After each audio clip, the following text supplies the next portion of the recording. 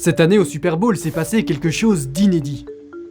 3 entreprises de crypto-monnaies se sont payées les espaces publicitaires les plus chers au monde. 6,5 millions de dollars pour à peine 30 secondes d'antenne. Si ce secteur rivalise avec les plus gros poissons, c'est parce qu'il a été multiplié par 5 en un an. Vous en avez sûrement déjà entendu parler, mais ça fait partie d'un phénomène plus large qui s'appelle le Web 3. Ça serait la prochaine grande évolution du web qui ferait la part belle à la finance. On va vous expliquer comment ça fonctionne, et pourquoi, qu'on le veuille ou non, le Web 3 pourrait bien bouleverser notre quotidien.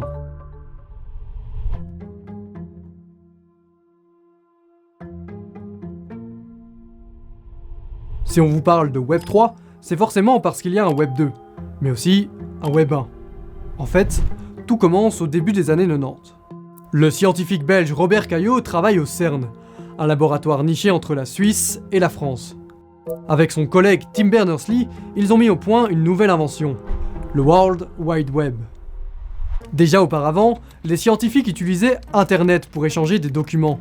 Mais ce système était compliqué et limité d'utilisation. Le duo imagine une interface plus efficace, avec un système de navigation de page en page grâce à des liens. C'est la naissance du Web 1.0. Ils en sont sûrs, le potentiel de cette nouvelle technologie est gigantesque. Avec tout site web, on pouvait rajouter des fonctionnalités, rajouter des informations. Vraiment une sorte de grand micmac auquel tout le monde contribue, auquel on a accès partout et qui est partagé par tous. Aujourd'hui, le web est partout. La moitié de la population mondiale s'y connecte tous les jours. Et quand on pense au web, on pense à beaucoup de personnes, mais à eux, pas vraiment. Pour comprendre comment les deux scientifiques se sont perdus en chemin, il faut s'intéresser à ce schéma.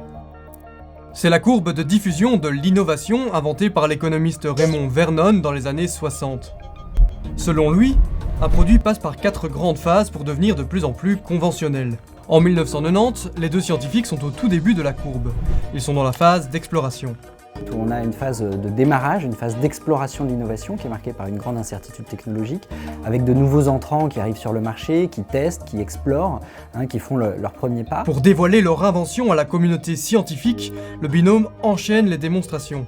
Mais pas de chance, ça n'intéresse personne. Il y avait souvent des plantages, la connexion foirait, les gens se barraient après 10 minutes et donc c'était très dur. C'est pour ça que quelque part c'est un peu un miracle que finalement ça ait fonctionné. Les deux chercheurs ne trouvent pas assez de financement pour améliorer le web.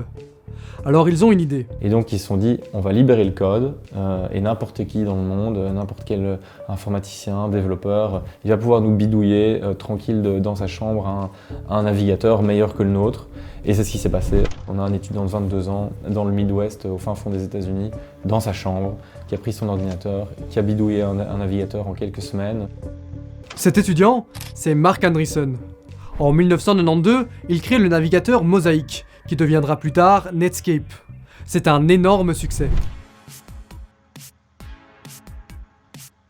Aujourd'hui, dans le monde, 40 millions d'utilisateurs se connectent régulièrement sur Internet à partir de leur ordinateur personnel ou celui de leur entreprise. En quelques années, le web explose. Il entre dans sa phase de développement. Donc ici, c'est une phase qui est marquée par une forte croissance de l'innovation.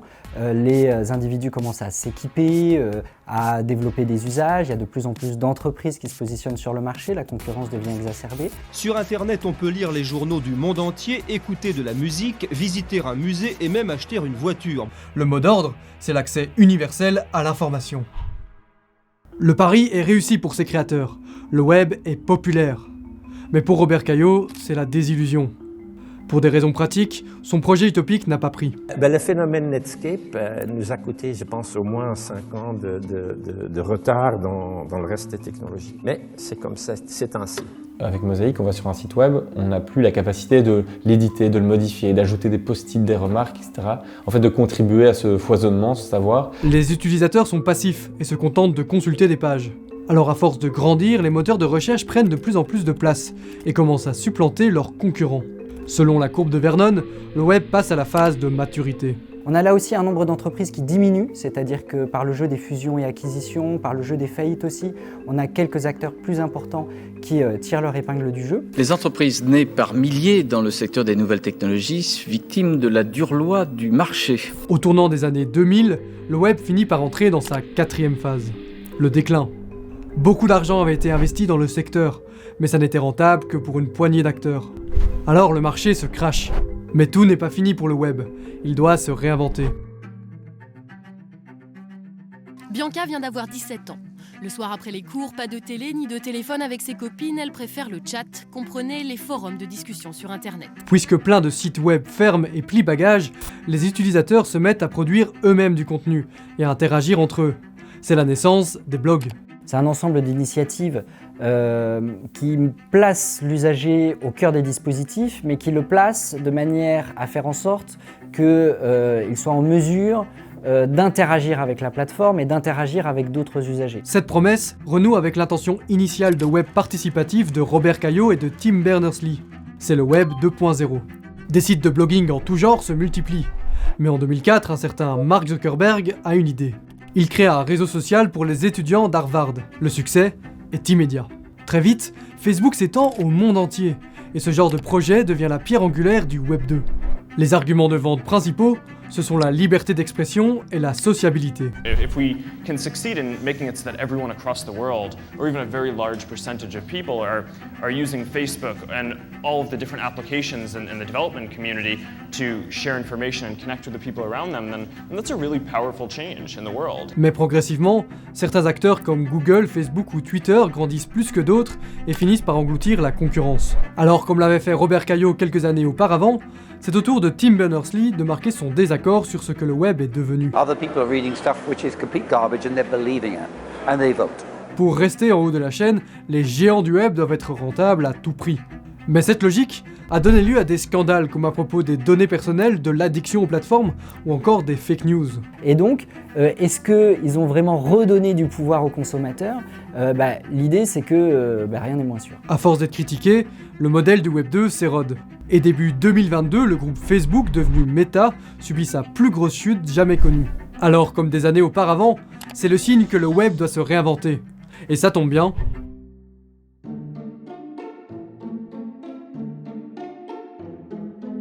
Depuis quelques années, certains parlent d'une nouvelle évolution du web, le Web 3. Il prend source en 2008, juste après la crise économique mondiale. Une communauté de passionnés de cryptographie se réunit autour d'une technologie révolutionnaire. C'est la blockchain. Très concrètement, c'est un réseau dans lequel l'échange d'informations est anonyme, mais visible et vérifiable par tous, et en principe, impossible à modifier.